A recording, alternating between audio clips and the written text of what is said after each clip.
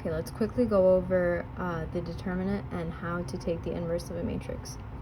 So I'm going to use the notation that's used on your formula sheet and that you might run into on the final. So if you have a matrix A with the entries A11, A12, A sub 21, A sub 22, the inverse of A, which is written by A to the negative 1, is going to be 1 over the determinant of A. This means determinant. It doesn't mean absolute value. I know that could seem confusing, but this is just the determinant. This whole thing is the determinant of this swapped matrix, which is A22, negative A sub 12, negative A sub 21, and A sub 11.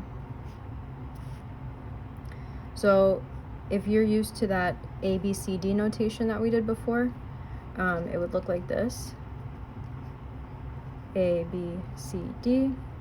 And then the inverse would look like 1 over the determinant times D and A get swapped, and then you take the opposite of B and the opposite of C.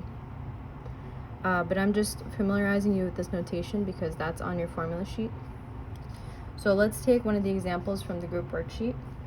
We have 6A, we have negative 1, negative 2, 3, and 5.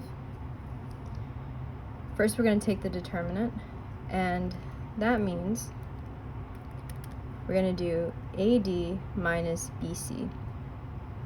Or in that notation, we're going to do A sub 11 times A sub 22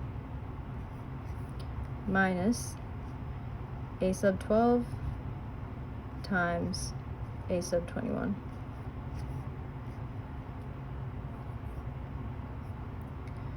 So we're going to do negative 1 times 5 minus negative 2 times 3.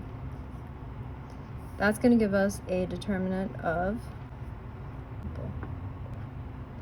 let's take two examples from the group worksheet number 5.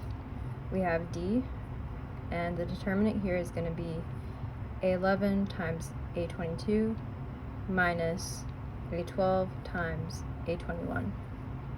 So once we do that, we get 3 times 2 minus negative 1 times negative 5, and we get the determinant to be 0.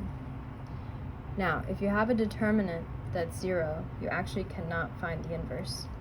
Because the next step is going 1 over the determinant, this would just end up being 1 over 0.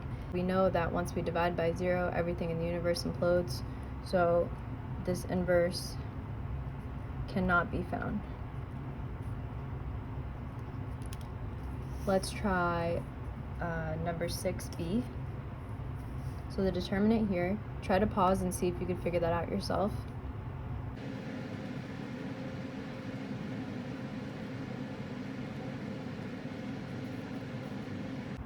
It's going to be negative 6 times 2 minus negative 3 times 4. That's going to give us, okay, so that one also turned out to be 0, so we cannot find the matrix. Okay, let's try a non-zero determinant. I like to think of this like diagonal minus diagonal. I don't know if that helps anybody. Diagonal minus diagonal this way. So this would be negative 2 times 4 minus 5 times negative 1. So the determinant here. And so now we take 1 over the determinant, and then we multiply it by that swapped matrix.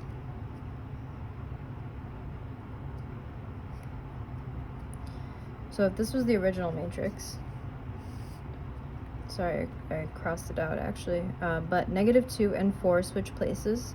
So 4 will be here, negative 2 will be here, and then we just take the opposite of these values. So the opposite of positive 5 is negative 5, and the opposite of negative 1 is positive 1. Then we multiply 1 over the determinant to each of these values. and it's kind of like distribution. So we're going to do 1 over -3. We're going to take that, we're going to distribute it to each of these values.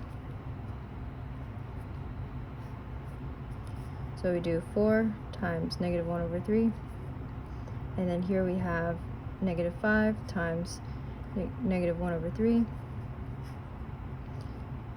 We have 1 times -1/3, and -2 times -1/3. We end up with -4/3, +5/3, -1/3, and +2/3. This is the inverse of the original matrix.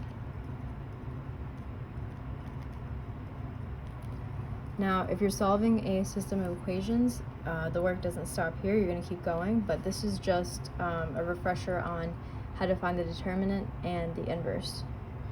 And next we'll work on solving using the inverse of the coefficient matrix.